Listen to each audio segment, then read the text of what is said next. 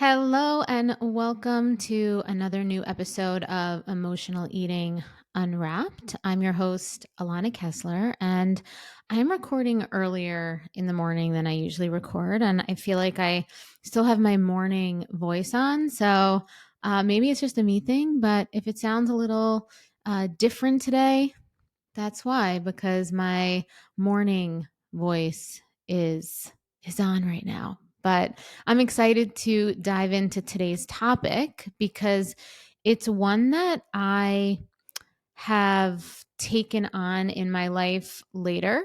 It's something that I wasn't doing often when I was younger, my 20, definitely in my teens, 20s, and even early 30s.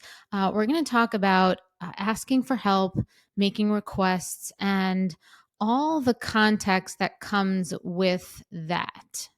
Um, it sounds easy to ask for help, but I know from experience, I also know from working with clients over the past 15 20 years that asking for help can be hard. And I really want to normalize that today in this episode and give you some context as to why it may be hard, especially in the emotional eating and just body image, weight loss realm specifically, and also why it's specifically hard for women to ask for help. I think that it is kind of ironic that that is the case. And I want to go into that. And then I'm going to go into uh, some ways that we can reframe our mindset around asking for help and hopefully leave you today with a little bit more of a feeling of empowerment around asking for help and making requests and realizing that when you do ask for help, it can be uncomfortable, but it is such a freeing practice and process. And it's important to acknowledge that it actually is really a practice. And for me, it definitely was. I don't think I realized that I was struggling with letting people in, asking for help, opening myself up that way. I think that it was really an evolution where I realized that that was something that was blocking me from truly living the life I wanted and having the connections and relationships and even just the ability to get my body and my nervous system into a place where I could feel like I could release some of the stress I was holding on to. And some of that stress was being manifested in coping mechanisms like emotional eating and binging, and some of the stress was being manifested and expressed as weight gain. And so I think it's really important to make that connection between our ability to really feel like we are connected and we belong to community, and that there is a real benefit and a real service in not only giving help, but also really learning how to receive. And it's so important that when we realize that it's really about embracing vulnerability, that is what gets us there. It can become really fun, actually. And it is, it's really something that I wanted to touch about because in the beginning it's not so fun, but once you get comfortable with being comfortable with your struggles and recognizing what a powerful experience it is to own what you're struggling with and then express it and be open to receiving help around it, it's it's such a loving feeling. I feel like there's not another word I can say, but it really feels to me like it's love in practice. And I wanted to give an example because I was recently chatting with one of my elite coaching clients, and my elite coaching program is my one-on-one concierge program that I open up once a year. And in this program, I work really closely one-on-one with the women. And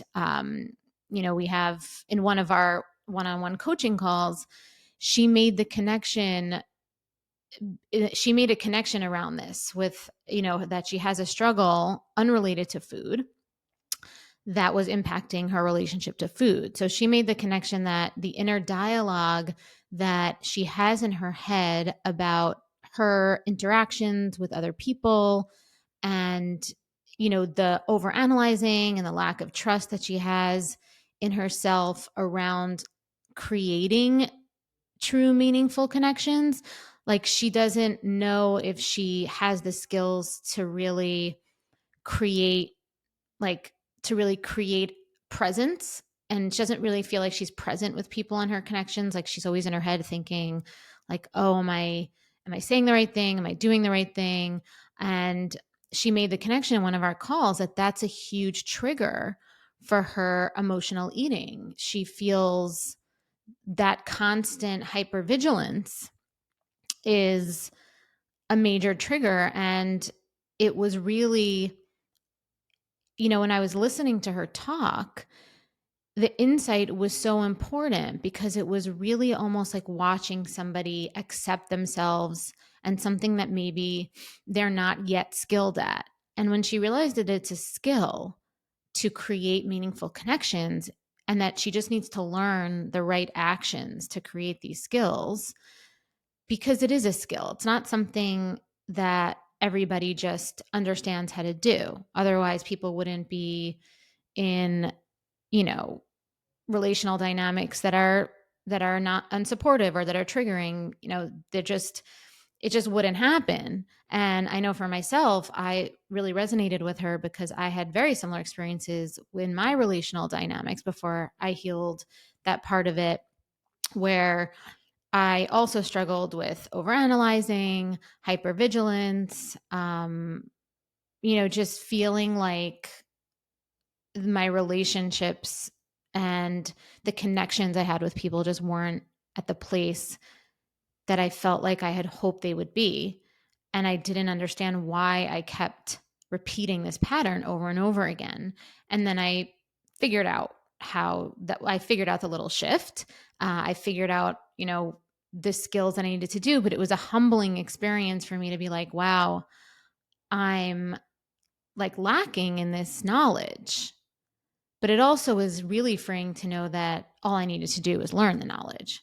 And so for this client, the insight was so important because now instead of only focusing on asking for help with food, because that's so much of what happens when I work with clients, they think it's all about the food.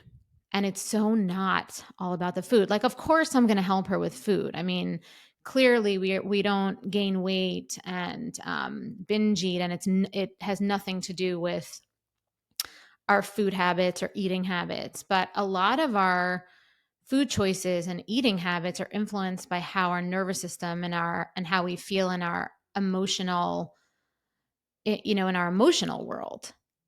And this is why it's so important to realize this and make this connection and not just make emotional eating and weight loss about the food part, because the food part is so intricately connected to all the rest of this emotional and energetic parts as well.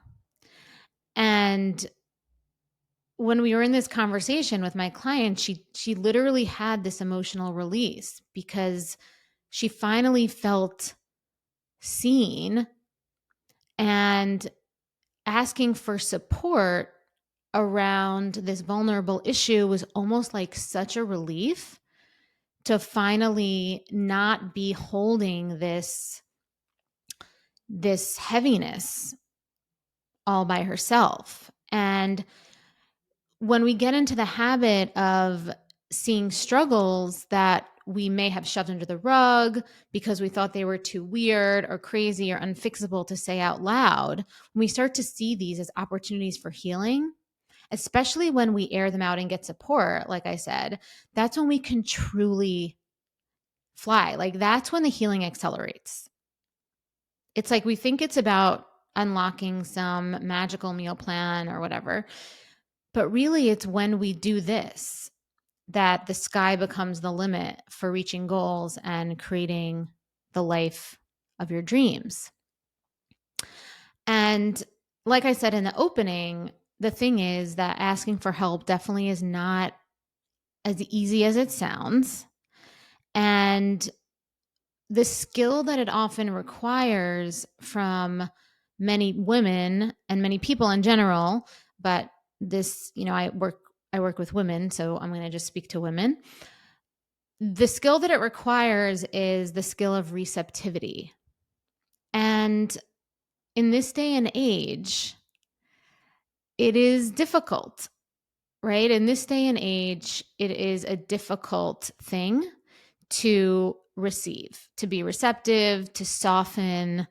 It's not something that many women in the century, women that have come of age, become adults in the workforce, and are comfortable with. I am one of these women. I'm a like Gen X millennial, and I know that the narratives that I was given, which is great in some areas, which is like you could do it all, you could be everything, achieve, you're as good as men, you can do the same thing as men, the same things that men do.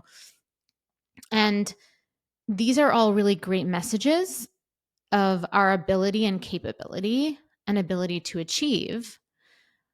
And sometimes when unchecked, it can overwhelm the other really great quality that women have and possess in more naturally than men, which is the softness and the receptivity. And so, especially in this day and age where hyper independence is so prevalent, and it's, you kind of wear a badge of honor of not needing anything from anybody, or, not needing anything or not needing anybody. And having that type of identity is almost like touted as a measure of self agency. And I think that's a problem, because it's not because it couldn't be farther from the truth that that is the way to be. And it's not helpful to live in that place of hype, super independence. I don't need anybody. I could do everything myself. And I think the real self agency and the real higher sense of self is admitting to ourselves and finding a way to be both a woman of autonomy and a woman of receptivity. But I think it's probably one of the hardest things to learn how to do, especially as an adult, when you've developed your identity around those other things for so many years. And that's typically the women that are in my world. They're adults and they're successful and they've lived in this certain way for so long, and it's gotten them so far in success in all these other areas. And now maybe, in their 30s, 40s, 50s even, they're starting to realize that there's this other side that was maybe ignored or just not trained up or not prioritized, and it's starting to express itself more than it used to. Because when we're younger, we can be more tunnel visioned, and it's just a different phase in our 20s, in our, when we're just coming into young adulthood. But once you get into your 30s, your 40s, your 50s, I'm almost in my mid 40s, so I'm like smack in the middle of this. You start to realize that a lot of the things you've shoved under the rug or just didn't even recognize or realize, this is now what you're struggling with. And it's usually not about food. It's usually manifesting in food behaviors or in weight gain, but it's usually not really about food.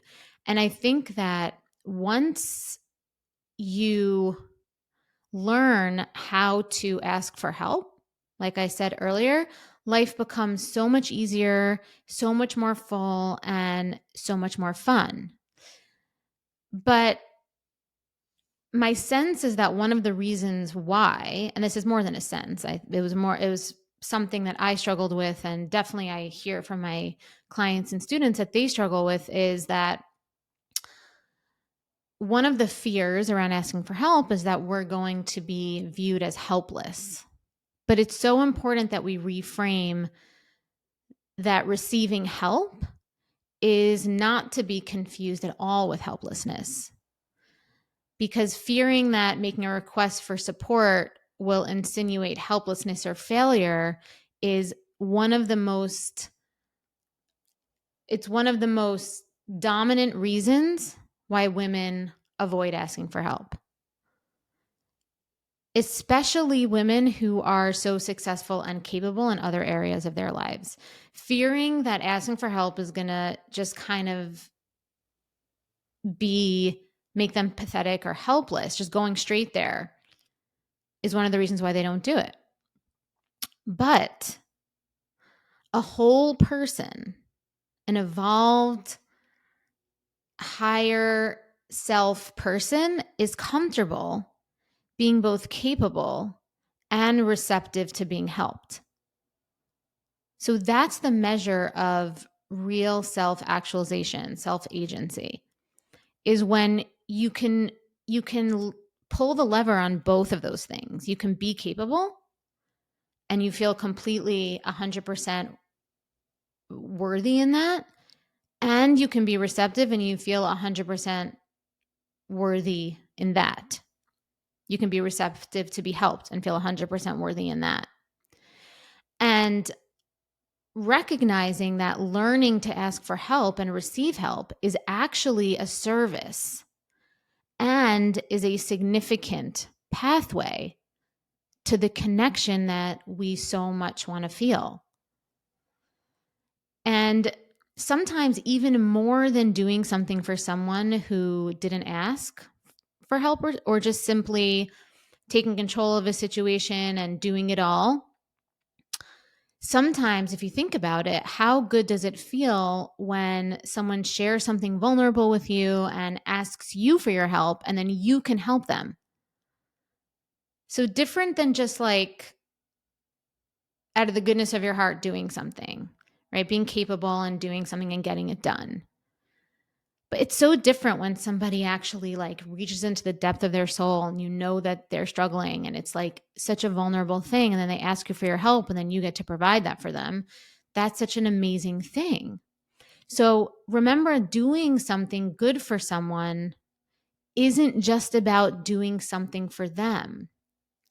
It's also about receiving from them. So I'm going to say that again. Doing something good for someone isn't just about doing something for them. It can also be about receiving from them, which means you are able to let someone help you. And like I said, this can be a big struggle, especially if you're super capable and your identity is built upon doing everything for everyone, or being the leader, the organizer, the planner, or the manager. And so I want to normalize that this isn't easy. It's not an easy thing, especially if our identity is wrapped up in this. Identity shifts can be some of the most mind-blowing things that we have to deal with, and we can have a lot of internal resistance against it for many, many, many years.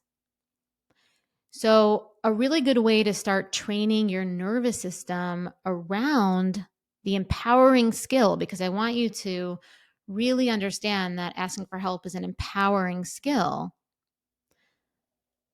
is to just start looking for opportunities to receive from other people in a low risk way. Okay, so this is how we could start to train our nervous system. We don't jump right into the deep end of like getting the most vulnerable with our most vulnerable. That could take a really long time to know how to do well without feeling like triggered. And it's also, like I said, it's a skill, right? It's a skill to expand that much. So what we want to do is start to learn how to ask for help and receive from other people in a low risk way. And so I'm going to give you 2 ways you can start to do that.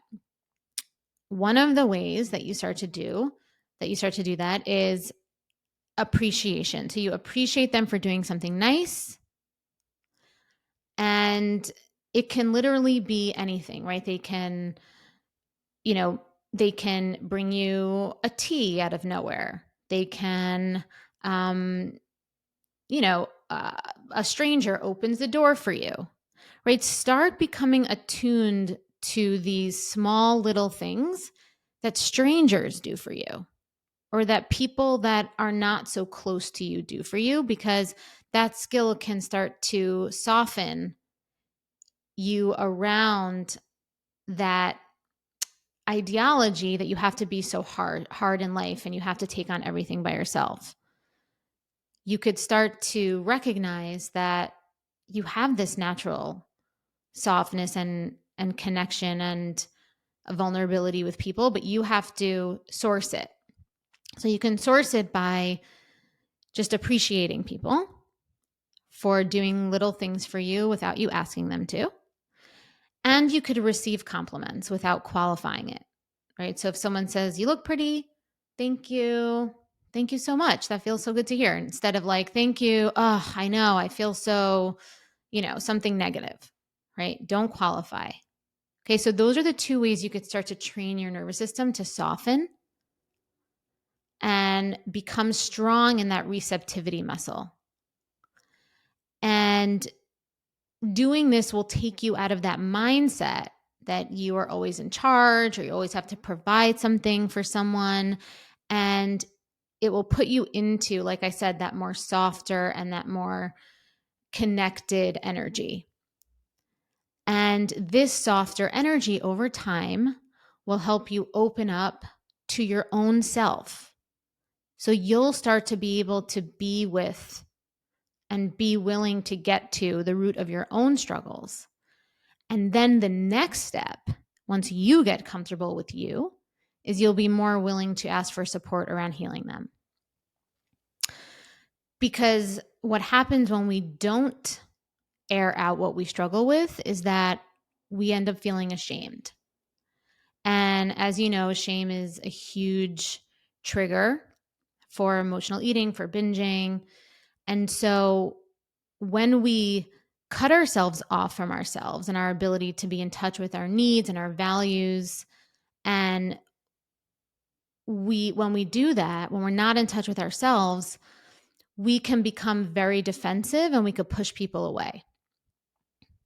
So this is why it's so important to do the inner work in a really low risk way. Because when we don't start small like this, the shame starts to build. And then we start to get contracted energetically. We start to push people away. And the thing is that our deepest desire usually is actually to get closer to people. But we end up pushing people away, or we end up getting passive aggressive. We end up wanting people to read our minds and then getting frustrated when we feel unseen or when they don't read our minds. And this can become a really vicious, emotionally draining cycle, when the truth is, it is really our job to open up, to learn how to open up and invite people to see us. But we have to be willing to see ourselves first. And so if we're ashamed of a part of ourselves, what happens, and I know this happened for me, is that oftentimes we end up investing our energy in people that reflect that back to us, right? That feeling of being unseen, that feeling of not being understood, or there's like some chaos. And that usually happens when we aren't seeing ourselves, right? We're still kind of in that hardened energy.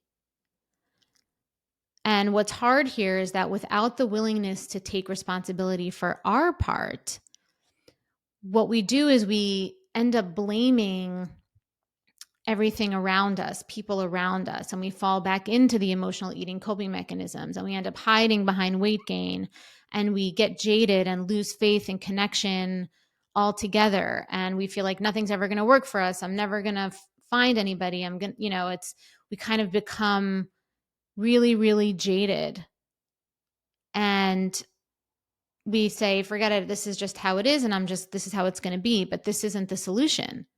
This is not the solution. The solution isn't to just get jaded and succumb, right? And just like resign. It's the word I was looking for. Resign. That's not the solution. The solution is to embrace vulnerability. It's learning how to embrace vulnerability.